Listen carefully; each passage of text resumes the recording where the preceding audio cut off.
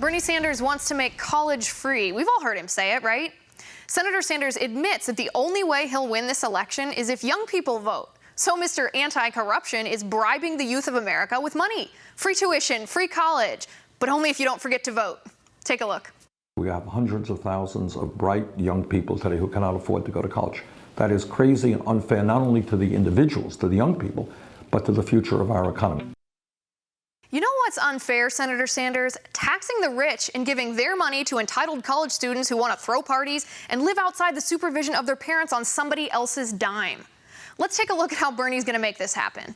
That's why I've introduced legislation does two things. Number one, it says that all public colleges and universities in America must be tuition-free, meaning that everybody, regardless of their income, who has the ability and the desire, can get a higher education.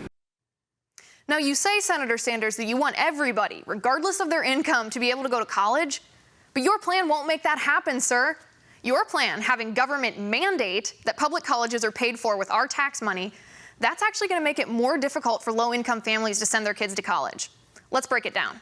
Under Bernie's legislation, about $30 billion every year will go towards funding free college.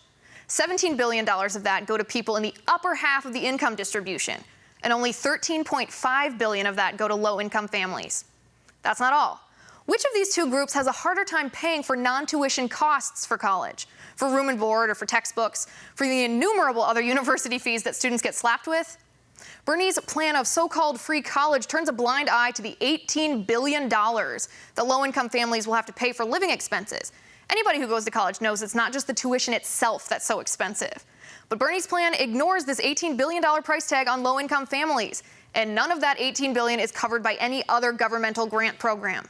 Bernie says his magic words to entice young people to vote for him. Free college, he says, like a trail of breadcrumbs to the witch's oven. But at the end of the day, the rich people in America who are going to shoulder the taxes for this plan in the first place won't have a problem paying for the non-tuition costs of college. But low-income, poor families in the bottom half of the income distribution, well, they're not so lucky. That's my final point. Reach me on Twitter at Liz_Wheeler. And if you liked the show, please send me an email at oann.com/contact. And be sure to catch Tipping Point again tomorrow at 10 p.m. Eastern. And have a good night.